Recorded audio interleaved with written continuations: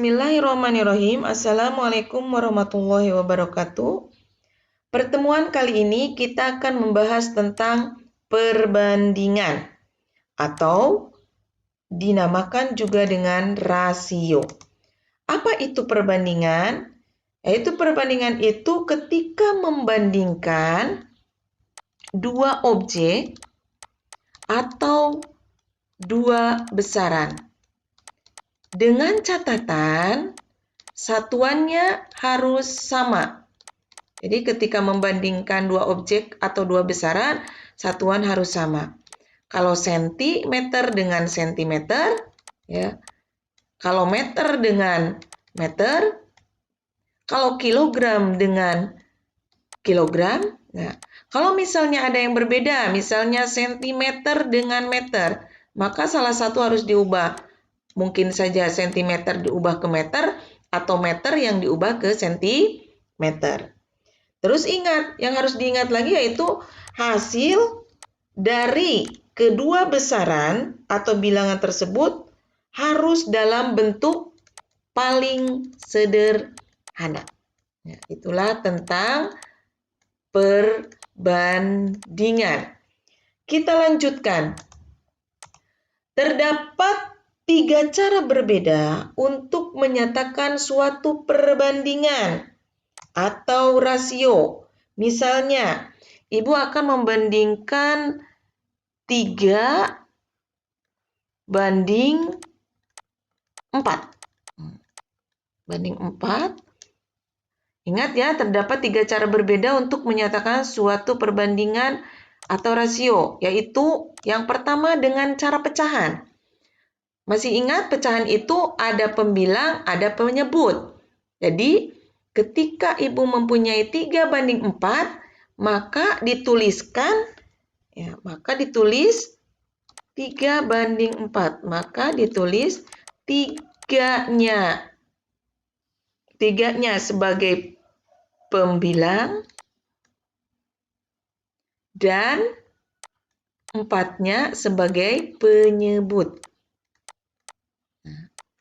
Jadi 3 banding 4 dibuat pecahan atau bentuk perbandingan dibuat pecahan menjadi 3/4. Yang kedua, yaitu dengan cara dua bilangan yang dipisahkan oleh titik 2. Yaitu kita lihat, maka ditulis menjadi, maka ditulis 3 banding 4. 3 banding 4. Maka ditulis 3 ditulis terlebih dahulu, dipisahkan oleh titik 2. Dan 4 dituliskan yang kedua. Inilah kalau perbandingan dibuat menjadi dipisahkan oleh titik 2. Terus yang ketiga, yaitu dua bilangan yang dipisahkan oleh kata dari. Maka ditulis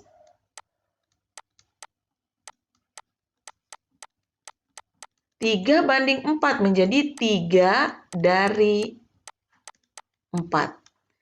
Namun, hanya yang terkenal itu dibentuk pecahan perbandingan itu dengan hanya 2 pecahan, biasanya dibentuk pecahan atau dibentuk 2 bilangan yang dipisahkan oleh 2 titik. Ya, hanya ini. Kadang yang ketiga itu jarang dituliskan. Ingat, terdapat 3 cara berbeda untuk menyatakan suatu perbandingan atau rasio.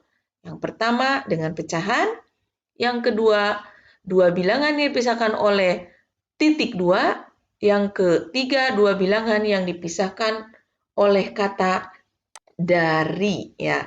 Ini ingat ya. Itu perhatikan. Kita lanjutkan. Ketika ada perbandingan A terhadap B dan ada juga perbandingan B terhadap A, maka cara penulisannya itu berbeda. Ketika perbandingan A terhadap B, maka penulisan perbandingannya yaitu ketika dibentuk pecahan, A-nya sebagai pembilang dan B-nya sebagai penyebut.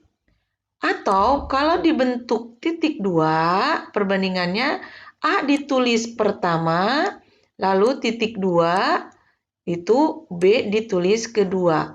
Berbeda dengan perbandingan B terhadap A. Maka yang menjadi pembilang adalah B dan yang menjadi penyebut adalah A.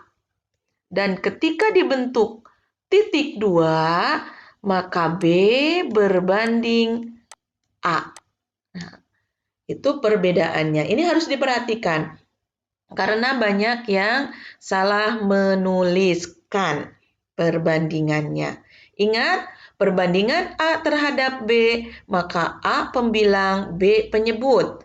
Atau A ditulis pertama, lalu B ditulis kedua. Kalau perbandingan B terhadap A, B menjadi pembilang, A menjadi penyebut, dan B ditulis yang pertama, A ditulis yang kedua. Untuk memantapkan materi ini, kita lihat contoh soalnya. Contoh, Andi memiliki 21 kelereng, sedangkan Anton memiliki 15 kelereng. Tentukan perbandingan A, banyak kelereng Andi terhadap banyak kelereng Anton. B, banyak kelereng Anton terhadap banyak kelereng Andi. Kita jawab yang A.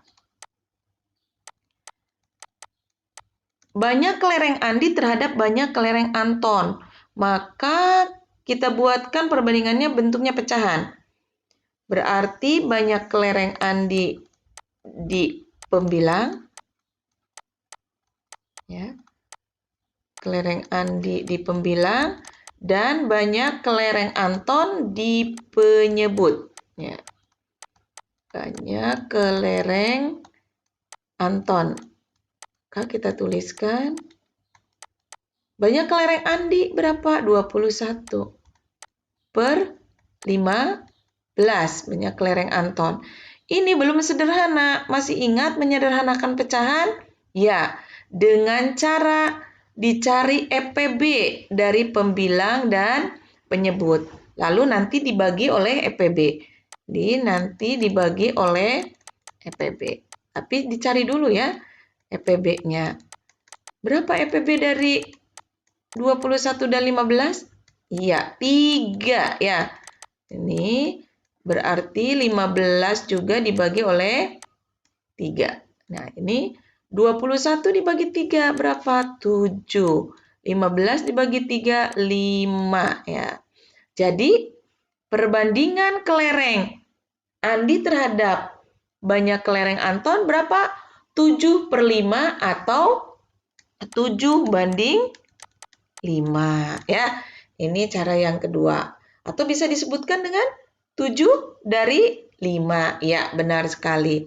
Udah ya, 2 saja boleh menyebutkannya. Kita lanjutkan dengan B.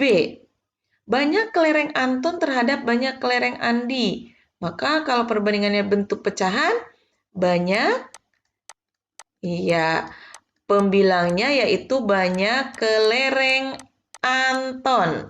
Ya. Penyebutnya banyak kelereng Andi. Ya, benar sekali. Kelereng Andi. Nah, kita tuliskan banyak kelereng Antonnya 15, banyak kelereng Andinya 21. Ya, sama ini juga dibagi dengan EPB tadi sudah dicari bahwa EPB-nya adalah 3. Ya, dibagi dengan EPB. Maka menjadi 5 per 7 atau 5 berbanding 7. Itulah contoh soalnya. Kita lanjutkan dengan latihan soal ya. Latihan permasalahan perbandingan dalam statistika. Jumlah konsumsi daging. Nah, di sini ada bentuk statistika ya, jumlah konsumsi daging di DKI Jakarta, Jawa Barat, Jawa Tengah, dan Jawa Timur.